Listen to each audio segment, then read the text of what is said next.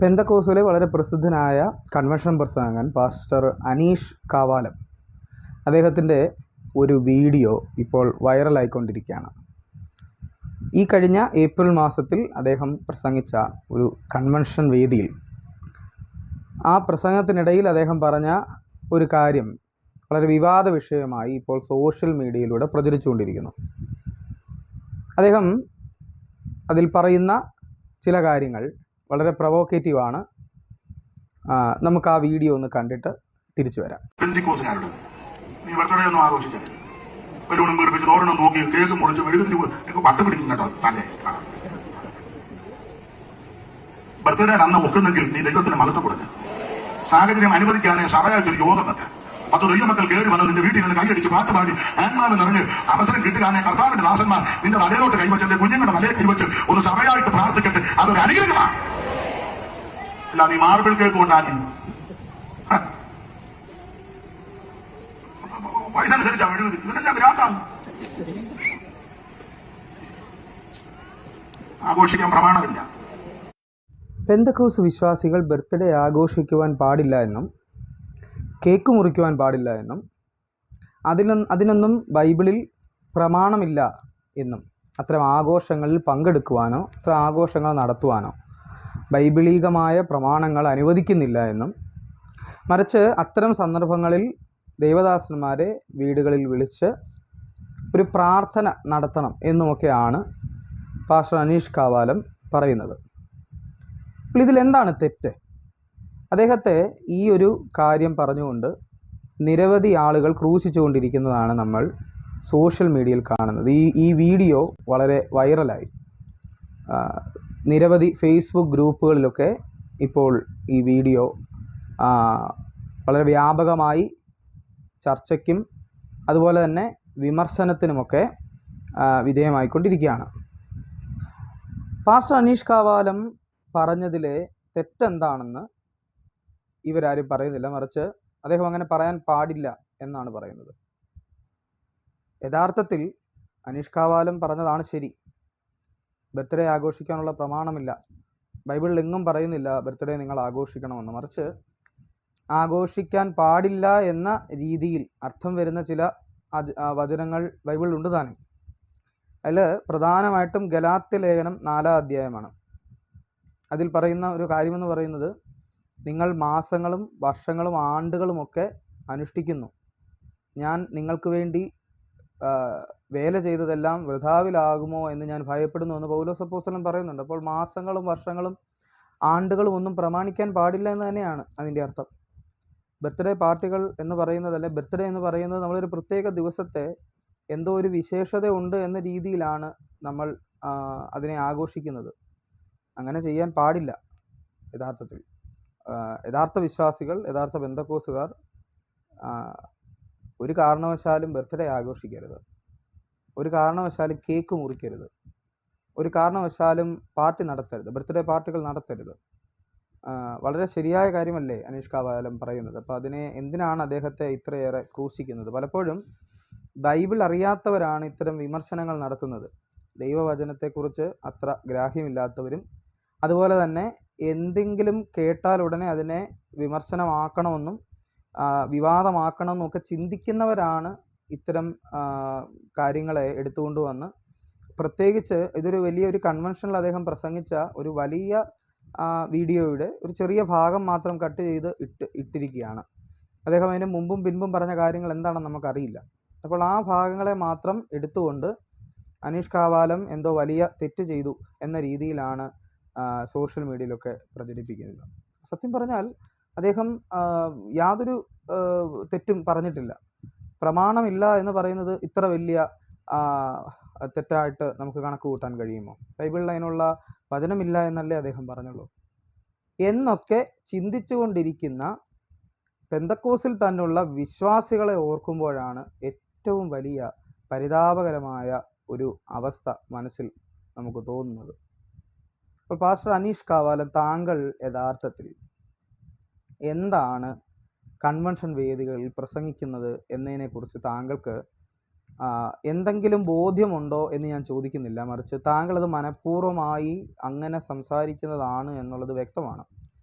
താങ്കളുടെ ശൈലിയാണത്. താങ്കൾ പല സന്ദർഭങ്ങളിലും കൺവെൻഷൻ വേദികളിൽ നിന്ന് പറയുന്നത് കേട്ടിട്ടുണ്ട്.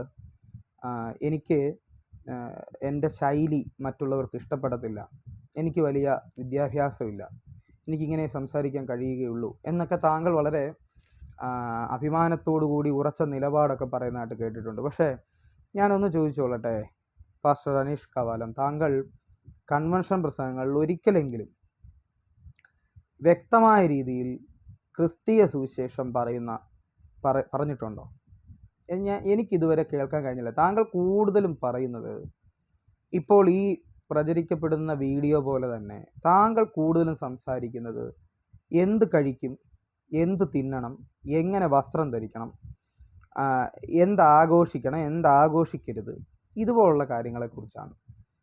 യഥാർത്ഥത്തിൽ ഈ പെന്തക്കോസ്ത് സഭ എന്ന് പറയുന്നത് അതിൻ്റെ ഒരു വലിയ പോരായ്മയായി ഞാൻ കാണുന്നത്, നിയതമായി ഒരു പാസ്റ്റർ അല്ലെങ്കിൽ ഒരു ഉപദേശി എന്ത് പൊതുവിൽ ഉപദേശിക്കണമെന്നതിനെക്കുറിച്ചുള്ള ഒരു വ്യക്തമായ ധാരണ പെന്തക്കോസ്ത് സഭകൾക്കില്ല.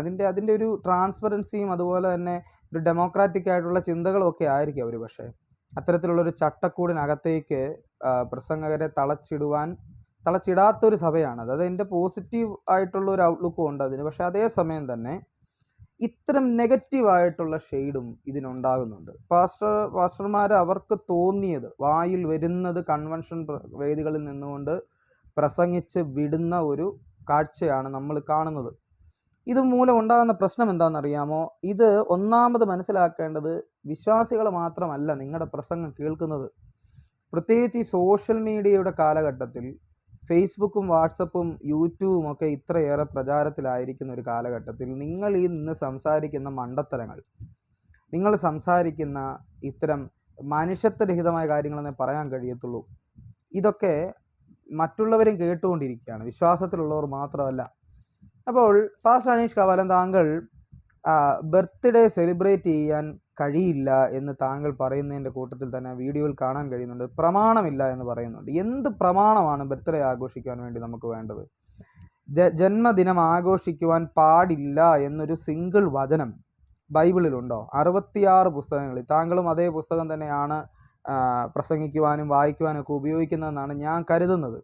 കാരണം അതിൽ നിന്ന് താങ്കൾ പറയുന്ന കാര്യങ്ങൾ പലപ്പോഴും ഒരു വചനം എടുത്തതിന് ശേഷം സ്ത്രീകളുടെ വസ്ത്രധാരണത്തെക്കുറിച്ചും ആൺകുട്ടികളുടെ വസ്ത്രധാരണത്തെക്കുറിച്ചും ആളുകൾ ആഹാരം എങ്ങനെ കഴിക്കണമെന്നതിനെക്കുറിച്ചും എങ്ങനെ നടക്കണമെന്നതിനെക്കുറിച്ചും ഇരിക്കണമെന്നതിനെക്കുറിച്ചും ഒക്കെയാണ് സംസാരിക്കുന്നത്. അതുകൊണ്ട് ഞാൻ ഇതുവരെ താങ്കൾ വചനം പ്രസംഗിച്ച് ഞാൻ കേട്ടിട്ടില്ല. പ്രത്യേകിച്ച് സുവിശേഷമോ ലേഖനമോ ഒക്കെ എടുക്കുന്നത് താങ്കളുടെ ഇത്തരം കാര്യങ്ങൾ, അതായത് ഈ മൊറാലിറ്റി പോലുള്ള സദാചാരപരമായിട്ടുള്ള കാര്യങ്ങളൊക്കെ ഉറപ്പിക്കാൻ വേണ്ടി വചനം എടുക്കുന്നതല്ലാതെ യഥാർത്ഥത്തിലുള്ള സുവിശേഷമോ ക്രിസ്തുവിനെ കുറിച്ചുള്ള ഉപദേശമോ ഒന്നും പറയുന്നതായിട്ട് ഞാൻ എൻ്റെ ശ്രദ്ധയിൽപ്പെട്ടിട്ടില്ല. അല്ലെങ്കിൽ ഉണ്ടെങ്കിൽ തന്നെ വളരെ 1, 2, 3 വീഡിയോകൾ ഒഴിച്ചു കഴിഞ്ഞാൽ, താങ്കൾ എത്രയോ വീഡിയോകൾ, ആയിരക്കണക്കിന് താങ്കളുടെ വീഡിയോകൾ യൂട്യൂബിലുണ്ടല്ലോ, ഇതിലൊന്നും ഇത്തരം കാര്യങ്ങളല്ല പുറത്തേക്ക് പോകുന്നത്. സ്ത്രീകൾ തലയിൽ ശിരോവസ്ത്രം എങ്ങനെ ഇടണം, അത് മൂടിയിടണം, അതുപോലെ തന്നെ വിവാഹത്തിൽ വധു അണിഞ്ഞൊരുങ്ങി വരുന്നതിനെക്കുറിച്ച്, ലിപ്സ്റ്റിക് ഇടുന്നതിനെക്കുറിച്ച്, കണ്ണെഴുതുന്നതിനെക്കുറിച്ച്, ഇതുപോലുള്ള കാര്യങ്ങൾ പറയുന്നതല്ലാതെ സുവിശേഷം താങ്കൾ പറയും. എന്തിനാണ് ഈ കൺവെൻഷൻ വേദികൾ താങ്കളെപ്പോലുള്ള സുവിശേഷകർക്ക്, പ്രസംഗകർക്കൊക്കെ ഈ തുറന്നു തരുന്നത് എന്തിനു വേണ്ടിയാണ്? യഥാർത്ഥത്തിൽ സുവിശേഷം പറയാൻ വേണ്ടിയല്ലേ? മനുഷ്യരോട് ക്രിസ്തുവിനെ കുറിച്ച് സംസാരിക്കാൻ വേണ്ടിയല്ലേ? താങ്കൾ ഇന്ന് ഈ ചെയ്തു വെക്കുന്ന കാര്യങ്ങൾ ഭാവിയിൽ ഉണ്ടാക്കാൻ പോകുന്ന ഇമ്പാക്റ്റ് എന്താണെന്ന് താങ്കൾക്ക് എന്തെങ്കിലും, അല്ലെ താങ്കളെപ്പോലെ ഇതുപോലെ വചനം സംസാരിക്കാതെ സദാചാരത്തെ സംസാരിക്കുകയും പ്രസംഗിക്കുകയും ചെയ്യുന്ന ആളുകൾ ഈ ക്രിസ്തീയ സഭയ്ക്ക് ഉണ്ടാക്കി വെക്കുന്ന വലിയ നാശനഷ്ടമുണ്ട്. അത് ഇപ്പോഴല്ല മനസ്സിലാകുന്നത്, കുറച്ചുകൂടെ കഴിയുമ്പോഴാണ്. പണ്ടുള്ളവർ ചെയ്തു വെച്ച ഇത്തരം കാര്യങ്ങൾ ഇന്നത്തെ തലമുറ അനുഭവിക്കുമ്പോൾ ഇന്ന് നിങ്ങൾ ഈ പറയുന്ന കാര്യങ്ങളും ഇത്തരം പ്രസംഗങ്ങളുമൊക്കെ കുറച്ച് വർഷങ്ങൾക്ക് ശേഷം അടുത്ത തലമുറയാണ് ഇത് ബാധിക്കാൻ പോകുന്നത്. ഇപ്പോൾ ബർത്ത്ഡേ സെലിബ്രേറ്റ് ചെയ്യാൻ പാടില്ല, ഏത് വചനത്തിൻ്റെ അടിസ്ഥാനത്തിലാണ്? പ്രമാണമില്ല. എന്ത് പ്രമാണമാണ് നിങ്ങൾക്ക് വേണ്ടത്? യഹൂദന്മാരുടെ പ്രമാണമാണോ വേണ്ടത്? താങ്കൾ യഹൂദനാണോ? അല്ലെങ്കിൽ താങ്കൾ യഹൂദ പ്രമാണത്തെയാണോ ഇപ്പോൾ ആചരിക്കുന്നത്? കർത്താവ് യേശു ക്രിസ്തു കാൽവരി ക്രൂശിൽ തിരുരക്തമൊഴുക്കി നമ്മളെ എല്ലാം ശുദ്ധീകരിച്ച് വീണ്ടെടുത്ത്, ന്യായപ്രമാണത്തിൻ്റെ കീഴിൽ നിന്ന് വീണ്ടെടുത്ത് പുതിയ നിയമത്തിൻ്റെ ശുശ്രൂഷകരാക്കി നിർത്തിയിരിക്കുകയാണെന്ന് താങ്കൾ കൊണ്ട് നടക്കുന്ന ബൈബിളിൽ വളരെ വ്യക്തമായി എഴുതി വെച്ചിട്ടുണ്ട് പൗലോസ് അപ്പോസ്തലൻ. റോമാലേഖനത്തിലും ഗലാത്യ ലേഖനത്തിലും. താങ്കൾ ഈ പറയുന്ന ഗലാത്യ ലേഖനം അല്ലെങ്കിൽ താങ്കൾ ഉദ്ദേശിക്കുന്ന ഒരു പക്ഷേ ആ ഭാഗമാകാം. പക്ഷേ അവിടെ ഒരു പ്രശ്നമുണ്ട്.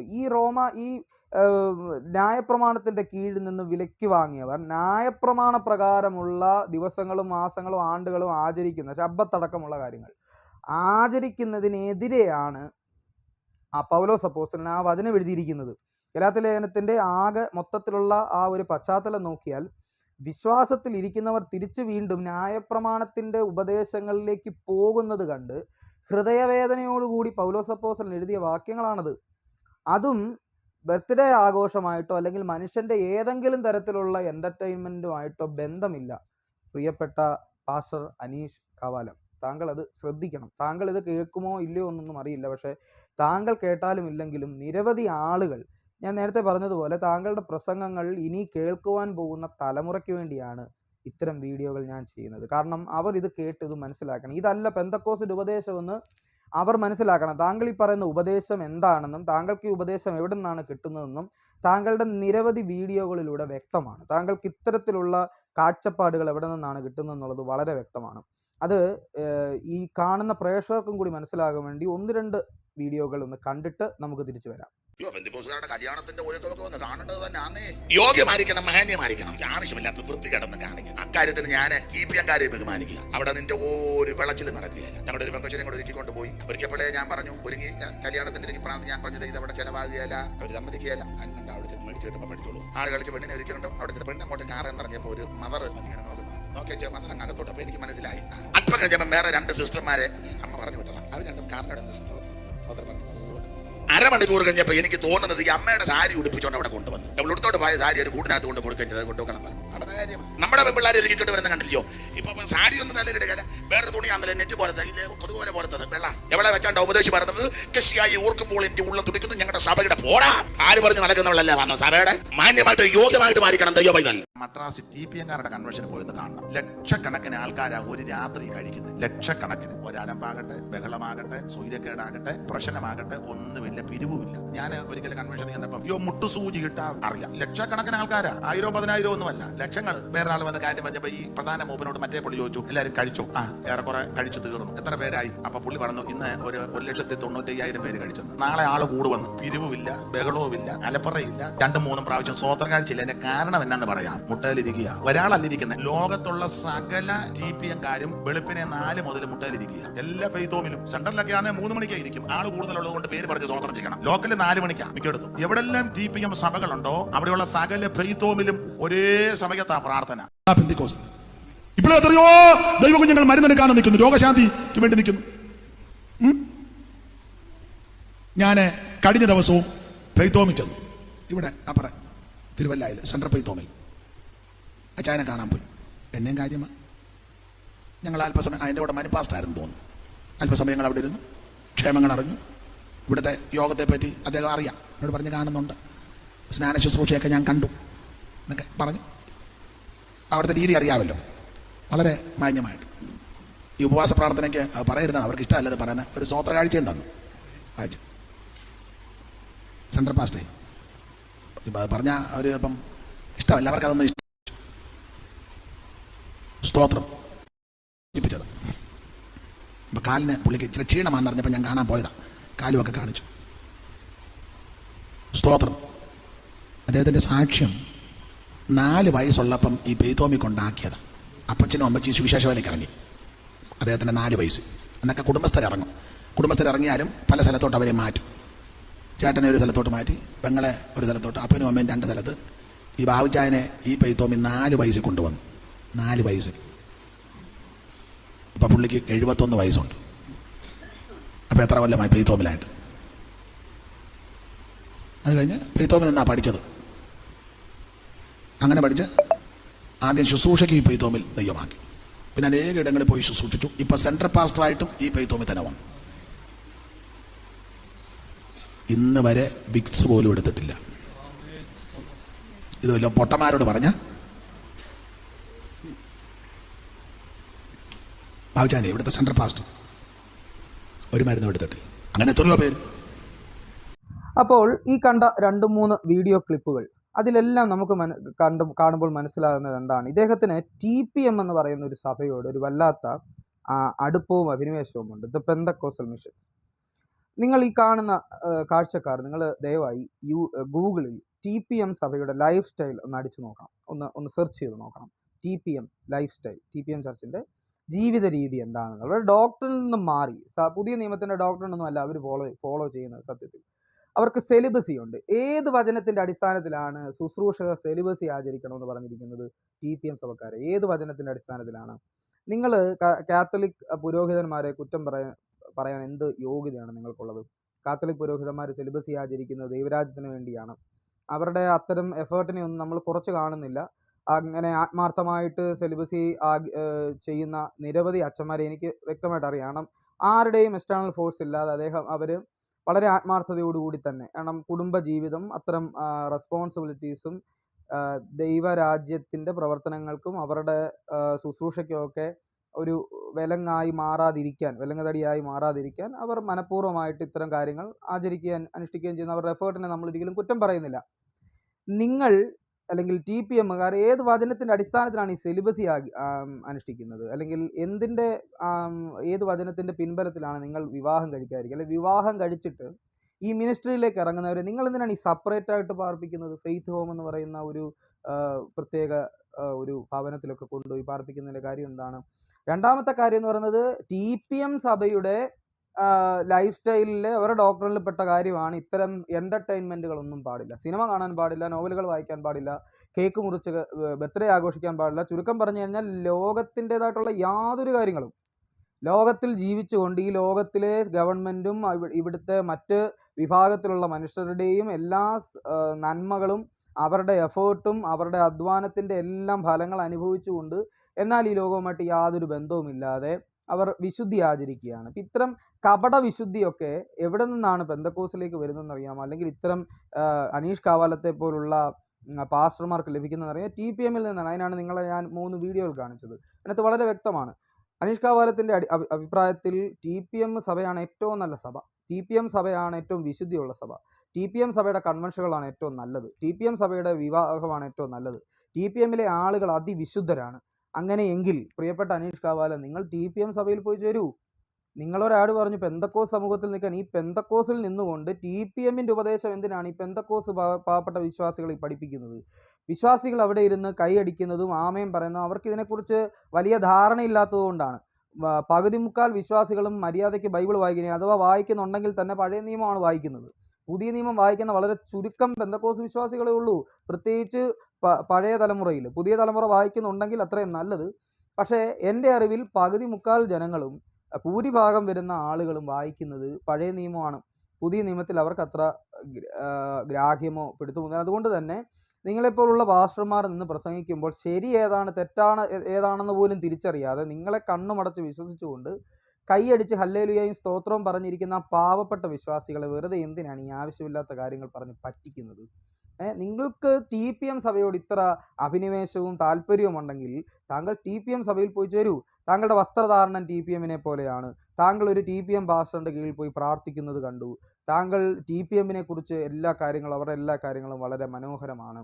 അവർ പ്രാർത്ഥിക്കുന്നത് കണ്ടുപഠിക്കണം, അവർ മുട്ടയിലിരിക്കുന്നത് കണ്ടുപഠിക്കണം, അവർ ഉപവാസം ഇരിക്കുന്നത് കണ്ടുപഠിക്കണം. പെന്തക്കോസിനെ ചുരുക്കം പറഞ്ഞു കഴിഞ്ഞാൽ, പെന്തക്കോസിൽ താങ്കൾക്കൊരു നന്മയും കാണാൻ കഴിയുന്നില്ലെങ്കിൽ ഈ പെന്തക്കോസ് സമൂഹത്തിൻ്റെ നന്മയും അനുഭവിച്ചുകൊണ്ട്, പെന്തക്കോസിലെ പാവപ്പെട്ട വിശ്വാസികളുടെ സ്തോത്രക്കാഴ്ചയും നന്മകളും അനുഭവിച്ചുകൊണ്ട് എന്തിനാണ് പെന്തക്കോസിൽ നിൽക്കുന്നത്? പെന്തക്കോസ് മുഴുവൻ പ്രശ്നമുള്ളതാണെങ്കിൽ നിങ്ങൾ TPMൽ പോയി ചേരൂ. നിങ്ങൾ ഒരു പ്രശ്നം എന്താണെന്നറിയാമോ? നിങ്ങൾ ഈ ഉപദേശം പെന്തക്കോസിൽ നിന്ന് സംസാരിക്കുമ്പോൾ പുറത്തുള്ളവർ കാണുന്നത് എങ്ങനെയായിരിക്കും എന്നറിയാം, അത് പെന്തക്കോസിൻ്റെ ഉപദേശമായിട്ടാണ്. അപ്പോൾ പെന്തക്കോസുകാർ ഇങ്ങനെയാണ്. എന്നാൽ നേരത്തെ ഞാൻ പറഞ്ഞതുപോലെ TPMൻ്റെ ലൈഫ് സ്റ്റൈല് ഗൂഗിളിൽ സെർച്ച് ചെയ്യുമ്പോൾ നിങ്ങൾക്ക് കിട്ടുന്ന കാര്യങ്ങൾ ഞാൻ പറഞ്ഞു കഴിഞ്ഞു. സംശയമുള്ളവർക്ക് ഗൂഗിൾ ചെയ്യാം. അതുപോലെ Indian Pentecostal church of God IPCയുടെ ലൈഫ് സ്റ്റൈൽ അടിച്ചു നോക്കൂ. അവിടെ ഇങ്ങനൊരു സംഭവമേ ഇല്ല. അവിടെ ബർത്ത്ഡേ പാർട്ടികൾ നടത്തുന്നു, ബർത്ത്ഡേ സെലിബ്രേഷൻസ് നടക്കുന്നു, അവിടെ കേക്കുകൾ മുറിക്കുന്നു, അവിടെ ആളുകൾ കൂടി വന്ന് അവർക്ക് പരിമിതമായിട്ടുള്ള എല്ലാ ചുറ്റുപാടിൽ നിന്നുകൊണ്ടും അവർ കർത്താവിൽ സന്തോഷിക്കുകയാണ്. ഒരു കുഞ്ഞിൻ്റെ ബർത്ത്ഡേ ആഘോഷിക്കുമ്പോൾ കോപിക്കുന്ന ദൈവമാണോ പാസ്റ്റർ അനീഷ് കാവാലത്തിൻ്റെ ദൈവം? ഒരു ബർത്ത്ഡേ ആഘോഷിക്കുമ്പോൾ പോകുന്ന വിശുദ്ധിയാണോ അനീഷ് കാവാലത്തിൻ്റെ ദൈവം, അനീഷ് കാവാലത്തിൻ്റെ വിശുദ്ധി? ഒരു കേക്ക് മുറിക്കുമ്പോൾ നിങ്ങളുടെ എന്ത് തരത്തിലുള്ള രക്ഷയാണ് നഷ്ടപ്പെടുന്നത്? നിങ്ങൾ അതിനകത്ത് പറയുന്നുണ്ടല്ലോ, എന്തോ ശാപം ഉണ്ടാകുമെന്ന്. കേക്ക് മുറിക്കുമ്പോൾ ശാപം ഉണ്ടാകുന്നു, എന്തോ വലിയ പ്രശ്നം ഉണ്ടാകുമെന്നൊക്കെ താങ്കൾ പറയുന്നുണ്ടല്ലോ. ഏത് വചനത്തിൻ്റെ അടിസ്ഥാനത്തിലാണ്? പാസ്റ്റർ അനീഷ് കാവാൽ ഒരു കാര്യം മനസ്സിലാക്കണം. നിരവധി ആളുകൾ താങ്കളെ ശ്രമിക്കുന്നുണ്ട്. അതിൽ തന്നെ ചെറുപ്പക്കാരായിട്ടുള്ള നിരവധി ആളുകൾ ശ്രമിക്കുന്നുണ്ട്. താങ്കളെപ്പോലുള്ളവരെ പരസ്യമായി നാണം കെടുത്തണ്ടല്ലോ എന്ന് വിചാരിച്ചുകൊണ്ട് മാത്രമാണ് ഇത്തരം സന്ദർഭങ്ങളിൽ കൺവെൻഷൻ പ്രസംഗങ്ങളിലൊക്കെ എഴുന്നേറ്റ് നിന്നവർ സംസാരിക്കില്ല. അവർക്കൊരു മാന്യതയുണ്ടല്ലോ. അത്തരം മാന്യത ഉള്ളത് കൊണ്ടാണ് അവർ ഈ പരസ്യമായി നിങ്ങൾക്കെതിരെ പ്രതികരിക്കാത്തത്. പക്ഷേ അവർ സോഷ്യൽ മീഡിയയിലൂടെ പ്രതികരിക്കും. കുറഞ്ഞ പക്ഷം അവർ ഈ സഭ വിട്ടു പോകാൻ കാരണമാകും. അതിന് കാരണക്കാർ നിങ്ങളെപ്പോലുള്ള പാസ്റ്റർമാരാകും. കാരണം നിങ്ങൾ വന്ന് പറയുന്നത് TPM-ൻ്റെയും യഹോവ സാക്ഷികളുടെയും ഒക്കെ ഉപദേശമാണ്. യഹോവ സാക്ഷികൾ ഇങ്ങനെ തന്നെയാണ്. യഹോവ സാക്ഷികൾ ബ്ലഡ് സ്വീകരിക്കത്തില്ല മറ്റൊരു മനുഷ്യൻ്റെ കയ്യിൽ നിന്ന്. ഇത്ര തീണ്ടലും ഇത്ര തൊട്ടുകൂട്ടായ്മയൊക്കെ ഉണ്ടെങ്കിൽ നിങ്ങൾ എന്തിനാണ് ഈ ലോകത്ത് ജീവിക്കുന്നത്? നിങ്ങൾ എന്തിനാണ് വിശുദ്ധരാണെങ്കിൽ നിങ്ങൾ എത്രയും പെട്ടെന്ന് കർത്താവിൻ്റെ സന്നിധിയിലേക്ക് ചേരുവാൻ വേണ്ടി പ്രാർത്ഥിക്കൂ. എങ്ങനെയെങ്കിലും എൻ്റെ ജീവനെ ഒന്ന് എടുക്കണേ കർത്താവിന് നിങ്ങൾ പ്രാർത്ഥിക്കുക. അപ്പോൾ എത്രയും പെട്ടെന്ന് കർത്താവിൻ്റെ കൂടെ എടുക്കപ്പെടാമല്ലോ. എത്രയും പെട്ടെന്ന് നിങ്ങൾക്ക് സ്വർഗത്തിൽ പോകാമല്ലോ. എന്തിനാണ് ഈ പാവപ്പെട്ട മനുഷ്യരുടെ കൂടെ, ഇത്രയും വലിയ പാപികളുടെ കൂടെ, ഇത്രയും കഴിവില്ലാത്തവരുടെ കൂടെ, ദൈവവചനം അറിയാത്തവരുടെ കൂടെ, അനുഷ്ഠിക്കാത്തവരുടെ കൂടെയൊക്കെ ജീവിച്ച് നിങ്ങൾ നിങ്ങളുടെ വിശുദ്ധി കളയേണ്ട ആവശ്യമുണ്ടോ? അതിനേക്കാളും നല്ലത് എത്രയും പെട്ടെന്ന് കർത്താവേ എന്നെ അങ്ങ് എടുക്കണമേ എന്ന് പ്രാർത്ഥിക്കുകയാണെങ്കിൽ അത്രയും നല്ലതല്ലേ? അത് നിങ്ങൾ ചെയ്യുന്നുമില്ല. അപ്പം നിങ്ങൾ നിൽക്കുന്ന സമൂഹത്തോട് നിങ്ങൾക്കൊരു ഒരു ഉത്തരവാദിത്തമില്ലേ? ആ ഉത്തരവാദിത്തം കളഞ്ഞു വിളിച്ചുകൊണ്ടാണ് ഇത്തരത്തിലുള്ള പ്രസംഗങ്ങൾ. താങ്കൾക്ക് കൺവെൻഷനിൽ പ്രസംഗിക്കുവാനുള്ള അവസരം കിട്ടുന്നുണ്ടെങ്കിൽ താങ്കൾ സുവിശേഷം പ്രസംഗിക്കുക, താങ്കൾ ക്രിസ്തുവിനെ കുറിച്ച് പ്രസംഗിക്കുക. താങ്കൾ ഈ പറയുന്ന കാര്യങ്ങൾ കൊണ്ട് ഒരു മനുഷ്യനും, താങ്കൾ എപ്പോഴും കൊണപ്പെടുന്ന് പറയുന്ന ഒരു പദം പറയുമല്ലോ, അങ്ങനെ കൊണപ്പെടത്തില്ലെന്ന് മനസ്സിലാകുക. ഇത്തരം കാര്യങ്ങളല്ല മനുഷ്യനെ നന്നാക്കുന്നത്. എവിടെയാണ് നല്ലത് പറഞ്ഞു കൊടുക്കാത്തത്?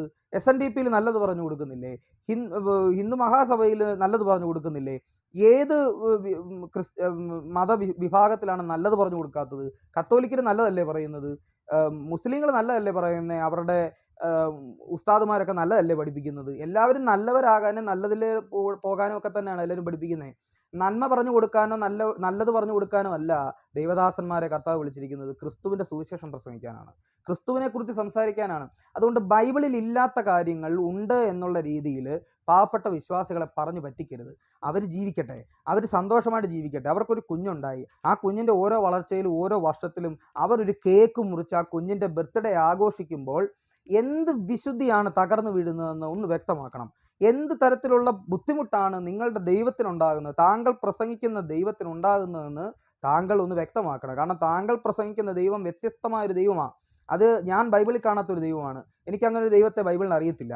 മനുഷ്യർ സന്തോഷിക്കുന്നതിനെ, അതിനകത്ത് ബുദ്ധിമുട്ടുണ്ടാകുന്ന ഒരു ദൈവത്തെക്കുറിച്ചാണ് നിങ്ങൾ പറയുന്നത്.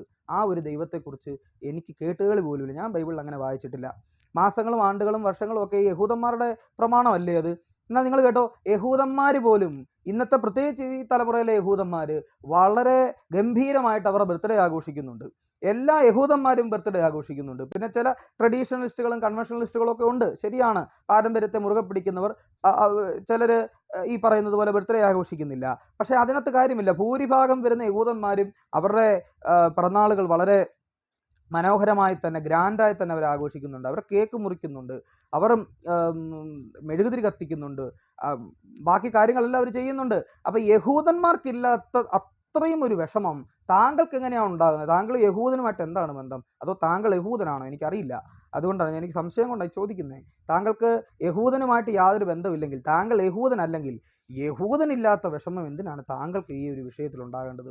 ഇനി പഴയ കാലഘട്ടത്തിലെ യഹൂദന്മാർ തന്നെ ബർത്ത്ഡേ ആഘോഷിക്കുന്നത് വിലക്കിയിട്ടുണ്ടോ? 25-ാം സങ്കീർത്തനം വായിച്ച് പ്രാർത്ഥിച്ചുകൊണ്ടാണ് അവർ ബർത്ത്ഡേ ആഘോഷിക്കുന്നത്. അവർ പ്രത്യേകിച്ച് അവരുടെ കുട്ടികൾ 13-14 വയസ്സാകുമ്പോൾ അവരത് വളരെ വലിയ ആഘോഷമാണ്. ടീനേജ് പ്രായത്തിലേക്ക് കയറുന്ന കുട്ടികളെ അവരുടെ ബർത്ത്ഡേകൾ, അവരുടെ പിറന്നാളുകൾ അവർ വളരെ വലിയ ആഘോഷമായിട്ടാണ് അവർ കൊണ്ടാടുന്നത്. അത് കഴിഞ്ഞ് കഴിഞ്ഞാൽ 70-ാമത്തെ വയസ്സാണ് ഒരു മനുഷ്യൻ്റെ പകുതിമുക്കാൽ ജീവിതം ജീവിച്ചു തീരുന്ന ആ ഒരു കാലഘട്ടത്തിൽ 70-ാമത്തെ വയസ്സിലേക്ക് കയറുമ്പോൾ ഒരുപക്ഷെ അത് മോശയുടെ വചനത്തിൽ നിന്നായിരിക്കും ലഭിച്ചിട്ടുണ്ടാവുക. ഏറിയാൽ 70 അല്ലെങ്കിൽ 80 എന്ന് പറയുന്ന വചനത്തിൽ നിന്നായിരിക്കും. എന്ത് തന്നെ ആകട്ടെ, 70-ാമത്തെ വയസ്സും അവർ വളരെ മനോഹരമായി തന്നെ ആഘോഷിക്കുന്നുണ്ട്. അപ്പോൾ യഹൂദന്മാർക്ക് ഇതിനകത്ത് യാതൊരു പ്രശ്നവുമില്ല. ബൈബിളിൽ ഇത്തരം കാര്യങ്ങളെ വിലക്കിയിട്ടില്ല. യേശു കർത്താവ് ഭൂമിയിലേക്ക് ഇറങ്ങി വന്ന് വിലക്കിയിട്ടില്ല. പൗലോസ് അപ്പോസ്തലൻ ഇത് ആഘോഷിക്കലെന്ന് പറഞ്ഞിട്ടില്ല. പിന്നെ അനീഷ് കാവാലത്തിന് ഏത് വെളിപ്പാടിൽ നിന്നാണ് അനീഷ് കാവാൽ ഇത് പ്രസംഗിക്കുന്നത്? അപ്പോൾ പ്രിയപ്പെട്ട ദൈവമക്കളെ, നിങ്ങളോട് പറയാനുള്ളൊരു കാര്യം, ഇത്തരം കാര്യങ്ങൾ കൺവെൻഷൻ പ്രസംഗങ്ങളിൽ പ്രസംഗിക്കുമ്പോൾ എന്തായാലും ഇതിൻ്റെ തലപ്പത്തിരിക്കുന്നവരോ ഇതിൻ്റെ നേതാക്കന്മാരോ ഇതിനൊരു വിലക്ക് കൽപ്പിക്കത്തില്ല. കാരണം അത് പെന്തക്കോസിൻ്റെ ഒരു ട്രാൻസ്പെറൻസിയുടെയും അതിൻ്റെ ഡെമോക്രാറ്റിക് ആയിട്ടുള്ള അതിൻ്റെ സ്വഭാവത്തിൻ്റെ ഒരു ഭാഗമാണ്. പക്ഷേ നിങ്ങൾ വിശ്വാസികൾ ഇത് എന്തറിഞ്ഞിട്ടാണ് ഈ കൈയടിക്കുന്നത്? എന്തിനാണ് ഈ ഹല്ലേലൂയായും സ്തോത്രവും പറയുന്നത് മനസ്സിലാകുന്നില്ല. ഈ ഹല്ലേലൂയായും സ്തോത്രവും നിങ്ങൾക്ക് തോന്നുമ്പോൾ പറയാനുള്ളതാണ്. അത് ആരെങ്കിലും എന്തെങ്കിലും ഒരു മണ്ടത്തരം വിളിച്ചു പറഞ്ഞ ഉടനെ പറയാനുള്ളതാണോ ഹല്ലേലൂയായും സ്തോത്രവും? അത് ദൈവത്തിന് നമ്മൾ കൊടുക്കുന്ന ഒരു മാന്യതയും ബഹുമാനവും അല്ലേ? അതിങ്ങനെ അനാവശ്യമായിട്ടുള്ള കാര്യങ്ങൾ പറയുമ്പോൾ അതിന് ഹല്ലേലൂയായും സ്തോത്രവും പറഞ്ഞ് അതിൻ്റെ വില കളയരുതേ. നിങ്ങളെ കണ്ടുകൊണ്ടിരിക്കുന്ന ഒരു വലിയ വിഭാഗം ജനങ്ങളുണ്ട് പുറത്ത്. 16-ാം നൂറ്റാണ്ടിലും 15-ാം നൂറ്റാണ്ടിൽ നിന്നും വണ്ടി കിട്ടാത്തവരെന്നവർ നിങ്ങളെ വിളിക്കും. നിങ്ങൾ ഈ മോഡേൺ യുഗത്തിലാണ് ജീവിക്കുന്നത്. നിങ്ങൾ കുറച്ചുകൂടെ വെളിവോടുകൂടി ജീവിക്കണം. നിങ്ങൾ കുറച്ചുകൂടെ വെളിച്ചത്തോടു കൂടി ജീവിക്കണം. ഇങ്ങനെ ഈ ഈ എന്താ പറയുക, 10ഉം 500ഉം വർഷം പഴക്കമുള്ള മനുഷ്യരെ പോലെ നിങ്ങൾ പെരുമാറല്ലേ. കാരണം ആ കാലഘട്ടത്തിൽ പോലും ഇത്രയും വെളിവില്ലാത്ത മനുഷ്യരുണ്ടായിരുന്നില്ല. അവർ കുറച്ചുകൂടെ വെളിച്ചമുള്ളവരായിരുന്നു. കാലം മുന്നോട്ട് പോകുമ്പോൾ ആളുകൾ പുരോഗമിക്കുകയല്ലേ ചെയ്യുന്നത്. ആളുകളുടെ ചിന്താഗതി മാറുകയല്ലേ ചെയ്യുന്നത്. അതുകൊണ്ട് ഇത്തരം പ്രസംഗകർ വന്ന് എന്തെങ്കിലും ഒന്ന് പ്രസംഗിക്കുമ്പോൾ അവരിങ്ങനെ പ്രോത്സാഹിപ്പിക്കാതെ, നിങ്ങൾ പ്രോത്സാഹിപ്പിക്കുന്നതുകൊണ്ട് അവർ വീണ്ടും വീണ്ടും ഇത് ആവർത്തിക്കുന്നത്. അതുകൊണ്ട് ഇത്തരം കാര്യങ്ങൾ നിങ്ങൾ കേൾക്കുമ്പോൾ ദയവ് ചെയ്ത് പരസ്യമായി അപമാനിച്ചില്ല, അങ്ങനെ ചെയ്യണ്ട. പരസ്യമായി പറഞ്ഞ് അദ്ദേഹത്തെ അപമാനിക്കേണ്ട, ഒരു ദൈവദാസനെയോ അല്ലെങ്കിൽ ഒരാളെയോ അപമാനിക്കേണ്ട ആവശ്യമില്ല. പക്ഷേ ഇദ്ദേഹം പ്രസംഗം കഴിഞ്ഞ് വെളിയിൽ ഇറങ്ങുമ്പോൾ ഒന്ന് ചോദിക്കണം, അതെന്താ പാസ്റ്ററെ, ഞങ്ങൾ ഒരു ബർത്ത്ഡേ ഒന്ന് ആഘോഷിച്ചാൽ, ഒരു കേക്ക് മുറിച്ചാൽ താങ്കളുടെ ദൈവത്തിന് എന്താ പറ്റുക എന്ന് ചോദിക്കാനുള്ള ഒരു തൻ്റെ ഇടം നിങ്ങൾ കാണിച്ചില്ലെങ്കിൽ അടുത്ത തലമുറ പെന്തക്കോസിൽ കാണത്തില്ല. പെന്തക്കോസുകാർ എന്ത് പിഴച്ചു? പെന്തക്കോസുകാരുടെ ലൈഫ് സ്റ്റൈലിന് ഇങ്ങനെ ഒരു പ്രശ്നമില്ല. IPCക്ക് ഇങ്ങനെ എഴുതപ്പെട്ട യാതൊരു തരത്തിലുള്ള നിയമങ്ങളും ഇല്ല. പിന്നെ എവിടെ നിന്നാണ് അനീഷ് കാവാലത്തെ പോലുള്ളവർ ഇത്തരം കാര്യങ്ങൾ സംസാരിക്കുന്നത്? അത് ഈ പറയുന്ന അതിൻ്റെ സോഴ്സാണ് ഞാൻ നേരത്തെ നിങ്ങൾക്ക് കാണിച്ചു തന്നത്. TPM സഭയിൽ നിന്ന് ഇദ്ദേഹത്തിന് TPM സഭയോടുള്ള അഭേദ്യമായ ഒരു സ്നേഹബന്ധത്തിൽ നിന്ന് ഉടലെടുക്കുന്ന കാര്യങ്ങളാണ് ഈ പറയുന്ന കാര്യങ്ങളൊക്കെ. അതിവിടെ കൊണ്ട് വിളമ്പണ്ട എന്ന് തന്നെ ധൈര്യത്തോടു കൂടി പറയാൻ പറ്റണം. ഇല്ലെങ്കിൽ ഈ സഭയ്ക്ക് നിലനിൽപ്പുണ്ടാവില്ല. കാരണം പുറത്തുള്ളവർക്ക് TPM എന്നോ IPC എന്നോ ഷാരോൺ എന്നോ GCF എന്നോ അല്ലെങ്കിൽ ചർച്ച് ഓഫ് ഗോഡ് എന്നോ AG എന്നോ വ്യത്യാസമില്ല. പുറത്തുള്ളവർ നോക്കുമ്പോൾ പെന്തക്കോസ്, അത്രേ ഉള്ളൂ. പുറത്തുള്ളവർ നോക്കുമ്പോൾ കൈകൊട്ടുന്നവർ, പുറത്തുള്ളവർ നോക്കുമ്പോൾ ഇതുപോലെ പ്രാർത്ഥനാ കൂട്ടം, അത്രേ ഉള്ളൂ. അവർക്ക് വ്യത്യാസങ്ങളൊന്നുമില്ല. അതുകൊണ്ട് അനീഷ് കാവാലം ഈ പെന്തക്കോസ് സഭകളുടെ കൺവെൻഷനുകൾ വന്ന് പ്രസംഗിക്കുന്ന ഒട്ടുമുക്കാൽ കാര്യങ്ങളും TPMൽ നിന്ന് എടുത്തുകൊണ്ട് വരുന്നതാണെന്നുള്ളത് മനസ്സിലാക്കാനുള്ള ഒരു ബോധമോ അല്ലെങ്കിൽ അങ്ങനെ ഒരു അറിവോ പുറത്തുള്ളവർക്കില്ല. അങ്ങനെ വരുമ്പോൾ എന്താ സംഭവിക്കുന്നത്? പെന്തക്കോസിൻ്റെ ഉപദേശമായിട്ടാണ് പുറത്തോട്ട് പോകുന്നത്. അങ്ങനെ ചിന്തിക്കുന്ന ഒരു കൂട്ടം ആളുകളുടെ മധ്യത്തിൽ ജീവിക്കുന്ന പെന്തക്കോസുകാർ നിങ്ങളെ എങ്ങനെയായിരിക്കും ലോകം കാണുന്നത്? ഈ ലോകത്തിൽ ജീവിക്കുമ്പോൾ ഇനി മറ്റൊരു കാര്യം പറയട്ടെ, അത് വളരെ പ്രധാനപ്പെട്ട ഒരു കാര്യമാണ്. ഒരുപാട് ആളുകളുടെ ജീവിത മാർഗത്തെ കൂടിയാണ് ഈ തടസ്സപ്പെടുന്നത്. എത്രയോ വിശ്വാസികൾ, എൻ്റെ അറിവിൽ തന്നെ എത്രയോ വിശ്വാസികൾ ബേക്കറി നടത്തുന്നുണ്ടെന്ന് അറിയാമോ? ബേക്കറിയിലെ ഒരു പ്രധാന ഐറ്റമാണ് ഈ കേക്ക് എന്ന് പറയുന്നത്. അതിൽ തന്നെ കേക്ക് ഏറ്റവും കൂടുതൽ മുറിക്കപ്പെടുന്നത് ബർത്ത്ഡേക്കാണ്. വിവാഹ വാർഷികമോ മറ്റേതെങ്കിലും ഒരു ആഘോഷമോ എന്നതിനേക്കാൾ ഉപരിയായി ബർത്ത്ഡേ പാർട്ടികളിലാണ് ഏറ്റവും കൂടുതൽ കേക്കുകൾ കട്ട് ചെയ്യപ്പെടുന്നത് അല്ലെങ്കിൽ കേക്കുകൾ വിൽക്കപ്പെടുന്നത്. അവരുടെ ജീവിത മാർഗത്തെയും കൂടിയല്ലേ ഈ മുടക്കുന്നത്. അനീഷ് കാവാൽ ഒരു കാര്യം ഓർക്കണം, താങ്കൾ അവിടെ വന്ന് പ്രസംഗിക്കുമ്പോൾ താങ്കൾക്ക് കിട്ടുന്ന സ്തോത്രക്കാഴ്ച ഉണ്ടല്ലോ, താങ്കൾക്ക് കിട്ടുന്ന ഒരു TA ഉണ്ടല്ലോ, ആ TA ഈ പറയുന്ന കേക്ക് വിൽക്കുന്നവരുടെയും കൂടെ പൈസയാണ്, അവരുടെ വിയർപ്പും കൂടിയാണ് ആ കിട്ടുന്നതെന്നുള്ളൊരു ബോധത്തിൽ നിന്ന് വേണം അനീഷ് കാവാലൊക്കെ പ്രസംഗിക്കാൻ. അതുകൊണ്ട് ദയവായി നിങ്ങൾ ഇത്തരത്തിലുള്ള പ്രസംഗങ്ങളെ, വിശ്വാസികളെ നിങ്ങൾ ഒരു കാരണവശാലും പ്രോത്സാഹിപ്പിക്കരുത്. അനീഷ് കാവാലം പാസ്റ്റർ ഇത് കേൾക്കുന്നുണ്ടെങ്കിൽ നിങ്ങൾ ഈ രീതിയൊക്കെ മാറ്റാൻ സമയം, നിങ്ങൾ ഏത് രീതിയിൽ വേണമെങ്കിലും സംസാരിച്ചു, പക്ഷേ അത് സുവിശേഷമായിരിക്കണം. ഏത് രീതിയിൽ ഇപ്പം പൗലോസ് അപ്പോസ്തലൻ പറയുന്നൊരു കാര്യമുണ്ട്, ചിലർ ക്രിസ്തുവിനെ ദ്വേഷത്തോടു കൂടി പ്രസംഗിക്കുന്നു. ചിലർ ക്രിസ്തുവിനെ, ഞാൻ ഈ പ്രിസണിനകത്ത്, ഈ ജയിലിനകത്ത് കിടക്കുന്നതുകൊണ്ട് എനിക്കിട്ട് 2 അടിയും കൂടി കിട്ടിക്കോട്ടെ എന്ന് വിചാരിച്ച് കൊണ്ട് പ്രസംഗിക്കുന്നവരുണ്ട്. ചിലർ അസൂയ കൊണ്ട് പ്രസംഗിക്കുന്നവരുണ്ട്. പിന്നെ അദ്ദേഹത്തിൻ്റെ ആ വിശാലമായ കാഴ്ചപ്പാടിൽ പൗലോസ് അപ്പോസ്തലൻ പറഞ്ഞ എങ്ങനെയാണെങ്കിൽ എന്താ, എൻ്റെ കർത്താവ് യേശുക്രിസ്തുവിനെയാണല്ലോ ഇവരെല്ലാം പ്രസംഗിക്കുന്നത്, അതുകൊണ്ട് ഞാനതെല്ലാം വേണ്ട, കുഴപ്പമില്ല എന്ന് വെക്കുകയാണ്. പക്ഷേ അതേ ഹൃദയവിശാലതയോടുകൂടി തന്നെ എല്ലാ ദൈവമക്കളും അങ്ങ് കാണുകയാണ്. നിങ്ങൾ എന്തെങ്കിലും വന്ന് പ്രസംഗിക്കും, നിങ്ങളുടെ ശൈലി എങ്ങനെയോ ആയിക്കോട്ടെ, പക്ഷെ പ്രസംഗിക്കുന്നത് ക്രിസ്തുവിനെ ആയിരിക്കണം. അല്ലാതെ സദാചാരം പറയുന്നത് കൊണ്ട് നിങ്ങൾ ഉദ്ദേശിക്കുന്ന ആ ഉദ്ദേശം നടക്കത്തില്ല. നിങ്ങൾ ഉദ്ദേശിക്കുന്നത് പോലെ ഒരു മനുഷ്യൻ ഇവിടെ നന്നാകാൻ നിങ്ങൾ ഇതിൻ്റെ പിന്നിലുള്ള താങ്കളുടെ ആ മഹത്തായ ഉദ്ദേശം എന്ന് പറയുന്നത് മനുഷ്യൻ നന്നാകണമെന്നാണല്ലോ.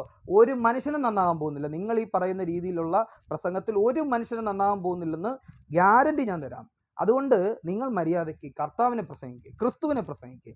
ആ ക്രിസ്തുവിനെ പ്രസംഗിക്കുന്നതിലൂടെ ഒരാളെയെങ്കിലും നേടുവാനുള്ള ഒരാഗ്രഹത്തോടു കൂടി പ്രസംഗിച്ചാൽ താങ്കൾക്ക് അത്രയും നന്മയുണ്ടാകും. താങ്കളുടെ സുവിശേഷ പ്രസംഗം, താങ്കളുടെ മിനിസ്ട്രി അത്രയും ഫലവത്താകുമെന്ന് മാത്രമേ പറയാനുള്ളൂ. അതുകൊണ്ട് ദയവ് ചെയ്ത് ഇത്തരം മണ്ടത്തരങ്ങൾ ഇനി കൺവെൻഷൻ വേദികളിൽ എഴുന്നള്ളിക്കരുത്. ഇത്തരം മണ്ടത്തരങ്ങൾ പറഞ്ഞുകൊണ്ട് ജനങ്ങളെ പറ്റിക്കരുത്. കൃത്യമായി ചോദ്യം ചോദിക്കാൻ ഇതിനെത്തുന്നു. കാരണം ഇത് ഞാനടക്കമുള്ള വിശ്വാസികളെ ബാധിക്കുന്ന കാര്യമാണ്. ഞങ്ങളടക്കമുള്ള വിശ്വാസികളോട് ചോദ്യങ്ങൾ ഉയരും. നിങ്ങൾ ഇത്ര പഴഞ്ചന്മാരാണോ, നിങ്ങൾ ഇത്ര കാളവണ്ടി യുഗത്തിൽ നിന്ന് വണ്ടി കിട്ടാത്തവരാണോ എന്ന് മാറ്റി നിർത്തലുണ്ടാകും. അത്തരം ചോദ്യങ്ങൾ ഞങ്ങൾക്ക് നേരെ ഉയരുന്നതുകൊണ്ടാണ് ഞങ്ങൾ ഈ ചോദ്യങ്ങൾ തിരിച്ചു വയ്ക്കുന്നത്. TPM സഭയുടെ ഉപദേശം TPMൽ സംസാരിക്കുക, പെന്തക്കോസിൽ ഉപദേശം ഉണ്ടെങ്കിൽ പെന്തക്കോസിൽ സംസാരിക്കുക. അങ്ങനെയാണ് വേണ്ടത്. ഇനി അതല്ല എങ്കിൽ TPMൽ പോയി ചേരുക. അതാണ് ഉത്തമം. അല്ലാതെ ഒരു സഭയിൽ നല്ലതുണ്ട്, ആ സഭയിലെ നല്ലതെല്ലാം കൂടെ ഈ സഭയിലേക്ക് കൊണ്ടുവരിക, ഈ സഭയിലുള്ളവരെല്ലാം മോശക്കാർ, പെന്തക്കോസിന്റെ കൺവെൻഷൻ കൊള്ളത്തില്ല, പെന്തക്കോസിന്റെ വിവാഹം കൊള്ളത്തില്ല, പെന്തക്കോസിലെ ആൾക്കാർ കൊള്ളത്തില്ല, പെന്തക്കോസിൽ വിശുദ്ധിയില്ല, ഒരു നന്മയില്ല പെന്തക്കോസിൽ. പക്ഷേ പെന്തക്കോസിന്റെ കൺവെൻഷനിൽ പ്രസംഗിക്കുകയും വേണം, പെന്തക്കോസിലെ പാവപ്പെട്ട ജനങ്ങൾ നൽകുന്ന സ്തോത്രക്കാഴ്ച വാങ്ങി പോക്കറ്റ് ഇടുകയും വേണം. അപ്പോൾ ഇതിലെല്ലാം കൂടെ രണ്ട് വെള്ളത്തിൽ കൂടെ കാല് വെക്കുന്ന ആ ഒരു പരിപാടി നിർത്തിയിട്ട് ക്രിസ്തുവിനെ പ്രസംഗിക്കുക. ഇനി അവസാനമായ ഒരു കാര്യം പറഞ്ഞ് നിർത്തിക്കൊള്ളട്ടെ. ബർത്ത്ഡേ, ഏത് മനുഷ്യനും ബർത്ത്ഡേ ആഘോഷിക്കാം.